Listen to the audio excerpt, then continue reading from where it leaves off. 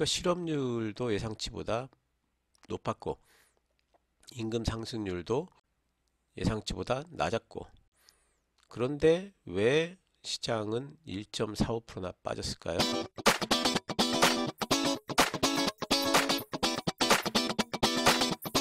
안녕하세요 여러분. 금요일날 미국 시장이 많이 빠졌습니다. 제일 관심 있었던 것은 우리가 그동안에 고용보고서였는데 실업률은 3.6% 나왔습니다. 예상치가 3.4였으니까 예상치보다 더 높게 나왔습니다. 이거는 이제 좋은 얘기죠.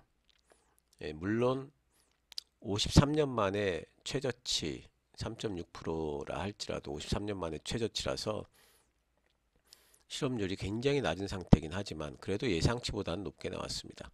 고용은 탄탄하지만 예상 정도다. 예상치보다 그게 크게 막 고용이 되진 않는다. 또 임금 상승률 같은 경우에는 4.6% 증가했습니다. 전년 동월 대비해 가지고 예상치가 4.8%였습니다. 그러니까 임금도 예상치보다 그렇게 크게 늘진 않았습니다. 그러니까 실업률도 예상치보다 높았고 임금 상승률도 예상치보다 낮았고 시장에서 예상했던 고용보다는 그렇게 썩 좋지는 않습니다. 나온 상황으로는. 그런데 왜 시장은 1.45%나 빠졌을까요? 이거는 결국에는 SVB 때문에 그렇습니다. SVB 때문에 실리콘밸리 뱅크 SVB 뱅크 관련해 가지고는 제가 금요일날 아침에 이슈에 대해서 말씀을 해드렸는데 청산하겠다라고 그러고 나서 44시간 만에 금융당국이 청산 오케이 해버렸어요. 이거는 정말 이례적인 일이죠. 물론 뭐 작은 회사들이야 이런 일들이 있을 수 있겠습니다만은 SVB 뱅크는 그래도 자산이 276조짜리예요. 그런데 그런 데들을 44시간 만에 아이고 우리 청산해야 되겠는데 그러니까 금융당국이 오케이 해버렸습니다. 이렇게 되면서 SVB 파산의 앞으로의 파급력 또 시스템 리스크로까지 전가되는 거 아닌가 하는 이제 이런 얘기들이 나오고 있는데 SVB는 왜 파산했을까 보면은 제일 중요한 것은 SVB가 채권을 미국 국채를 많이 갖고 있기 때문에 그렇죠. 은행들은 원래 그래요. 미국 국채하고 그리고 모기지 증권 같은 것들 이런 것들을 많이 갖고 있습니다. 당연히. 근데 무슨 일이 있었냐면은 10년 만기 국채 수익률입니다. 근데 10년 만기 국채 수익률이 지난 2022년도 1월 달에 비해 가지고 얼마나 많이 올랐습니까? 이 당시만 하더라도 여기 15라고 되어 있는 거는 1.5%라고 보시면 돼요. 15에서 42까지 올랐다. 3배가 넘게 올랐습니다. 국채 수익률이. 국채 수익률 올랐으면 좋은 거 아니야? 그렇지 않아요. 국채 수익률이 올랐다는 소리는 국채 가격은 빠졌다는 소리예요. 그러니까 국채 가격이 엄청나게 많이 빠져버렸기 때문에 SVB처럼 이런 회사들, 국채 많이 갖고 있는 회사들은 자기들이 갖고 있던 재산이 계속 손실이 발생을 하는 겁니다. 그리고 국채를 시장에다가 내다 팔 수밖에 없죠. 왜냐하면은 국채 자체가 자기네들 재산인데 그 재산을 담보로 해서 다른 것들도 해나갈 수가 있는데 그 재산을 담보 가치가 딱 빠지니까 이 회사한테 돈 대주는 데가 없잖아요. 그러니까 어떻게 해야 돼? 갖고 있던 재산 팔아야 되죠. 그러니까 국채 매각하고 모기지 증권 매각하고 막 매각을 했습니다. 근데 그러면서도 또 결국에는 유동성 위기가 또 와가지고 이 회사가 신주를 3조 원 규모의 신주를 발행하겠다라고 했거든요. 이래버리니까 이 회사에서 SVB에서 예금자들이 못 믿는 거죠. 3조 원을 신주를 발행해가지고 돈을 만들 정도면은 내 예금은 안전한가 싶은 생각이 들죠. 그래서 실리콘밸리에 있는 많은 벤처 투자자들, 스타트업 기업들, 뭐 이런 사람들이 돈을 다 빼가 버렸어요. 뱅크런이 일어났습니다. 그러니까 가뜩이나 돈이 없는데 갑작스럽게 돈이 다 빠져나가니까 SVB는 견디질 못하고 청산 선언을 했고 그거를 44시간 만에 금융당국은 오케이 해버린 거죠. 자, 그러면은 지금 문제는 뭐냐면은 SVB에 아직까지 예금이 있는 사람들도 많이 있지 않습니까? 그 사람들 돈이 이제 문제죠. 미국도 예금자 보호제도가 있어서요. 한도가 있는데 예금자 보호 얼마까지 주냐면 우리나라 돈으로 3억 3천만 원 정도 해줍니다. 25만 달러예요. 아니 SVB에다가 지금 뭐 개인이 투자한 사람들이야 3억 3천만 원 가능하겠지만 지금 기업들이 투자를 엄청나게 투자가 아니라 예금을 엄청나게 해놨거든요. SVB는 어떤 장사를 했냐면은 스타트업 회사에다가 스타트업 회사에 투자를 하고요. 스타트업 회사가 커나가면서 돈을 벌면은 그러면 당연히 SVB에다가 자기네들 돈을 또 예치를 하겠죠. 이런 형태로 지금 SVB는 장사를 해오던 회사라서 스타트업들, 벤처 회사들 이런 회사들이 고객들로 굉장히 많이 등록이 좀 돼 있습니다. 이게 이제 문제인 거죠. 3억 3천만 원만 보호받아 갖고 그 회사들이 어떻게 할 거예요? 여기다 몇백억, 몇천억씩 지금 넣는 회사들이 엄청나게 많은데 이게 이제 문제고 이 스타트업 회사들 지금 당장에 뭐 해야 됩니까? 미국은요, 우리나라처럼 월급 개념 아니죠. 특히 이제 벤처 회사들 같은 경우에는 뭐 주급을 준다든가 아니면 2주에 또는 3주에 한 번씩 준다든가 이런 형태로 되어 있습니다. 한 달에 한 번씩 주는 개념이 아니에요. 그러니까 당장에 지금 이 스타트업 회사들 직원들 돈 못 주죠. 월급이 아니죠. 예, 주급이든 뭐든 예, 직원들 임금 못 주죠. 거기다 플러스해서 이 스타트업 회사들이 다 대출 받아서 운영하는 거잖아요. 그 대출 이자 같은 것들 못 갚죠. 이래 버리면 어떻게 됩니까? 대출 이자만 못 갚아도 이게 바로 부도예요. 엄청나게 지금 위험한 상황으로 볼 수가 있는데 근데 지금 백악관에서는 뭐라 그러냐면은 이 사태가 은행권 전반으로 확산되지는 않을 거다. 백악관은 우리 금융당국은 은행 시스템의 회복력을 강화할 수 있는 도구를 갖고 있어서 10여 년 전에 금융위기 때와는 근본적으로 다르다 이렇게 얘기를 했어요. 10여 년 전에 금융위기라면은 2008년도에 모기지론 사태를 말하는 거죠. 그때 모기지론 사태 때 무슨 일이 있었냐면은 모기지론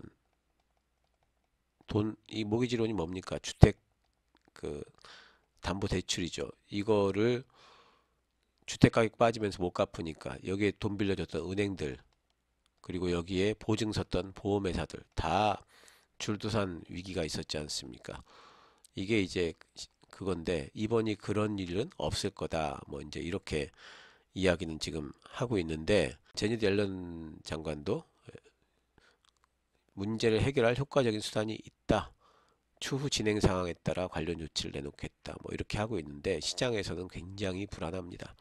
지금 제니트 옐런하고 파월이 지금까지 뭐 했나 이런 얘기들 책임론까지 지금 이제 부상이 되고 있습니다. 결국에는 SVB가 파산하게 된 것은 금리 올라가는 것 때문에 그런 거죠.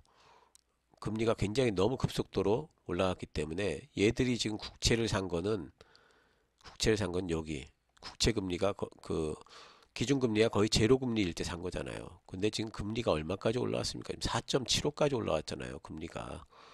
이렇게 올라왔으니까 그때 샀던 국채 가격이라는 것은 말도 못하게 빠져버리는 거죠.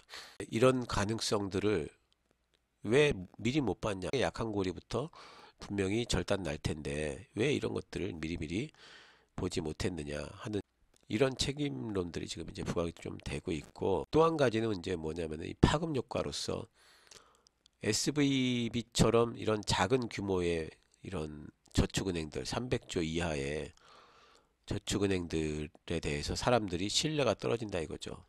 신뢰가 추락을 하게 되면은 저축은행들의 전반적인 뱅크런 사태가 올 수 있다.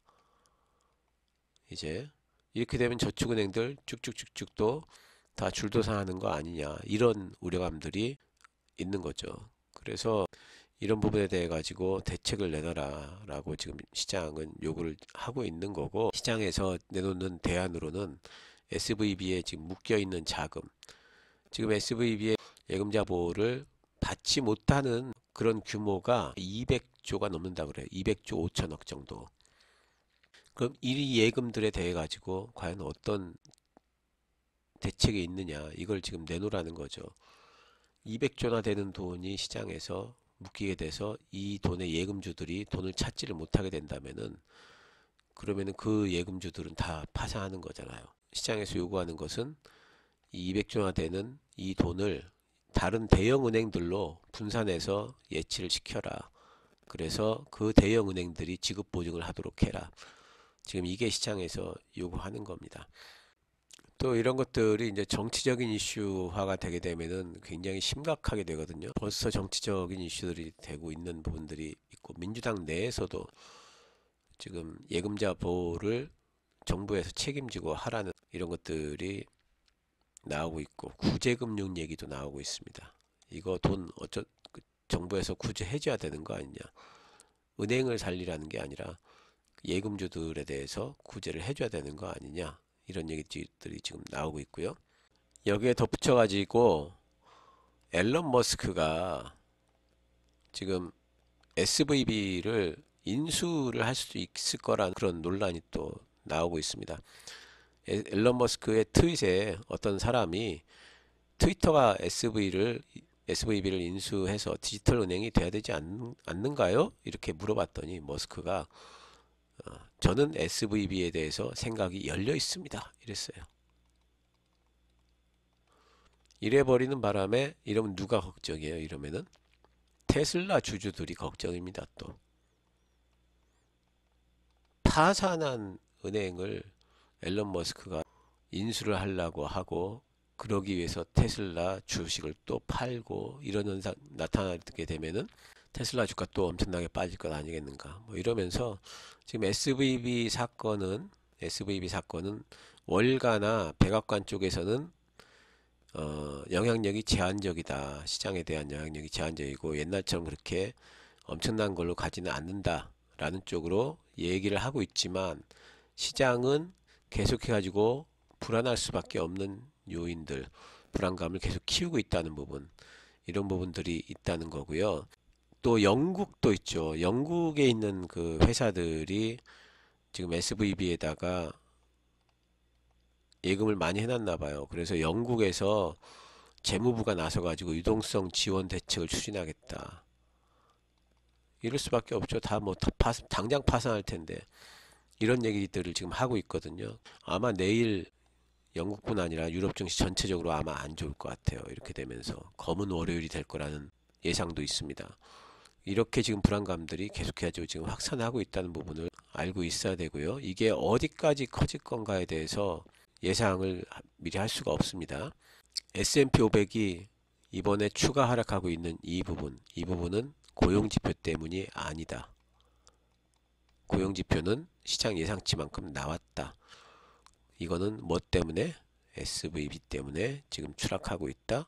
그리고 SVB에 대한 불안감은 계속 더 확산되고 있고, 그리고 실제로 여기에 대한 영향력이 어떤 식으로 파급될지에 대해서 백악관과 뭐 대규모 은행에서 얘기하는 영향력은 제한적이다 하는 이런 거에 대해 가지고 시장은 상당히 불신을 하고 있고, 그리고 옐런과 파월의 책임론까지 부상이 되고 있다는 부분을 우리가 알아야 됩니다.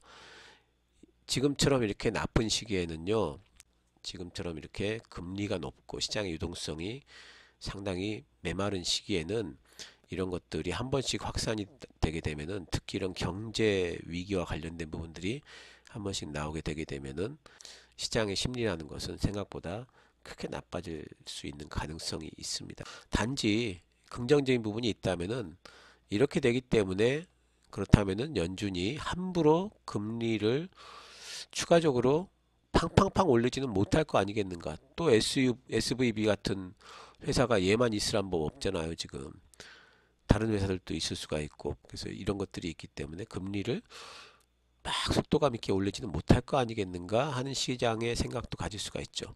이런 것들은 이제 좀 긍정적인 부분이 됩니다.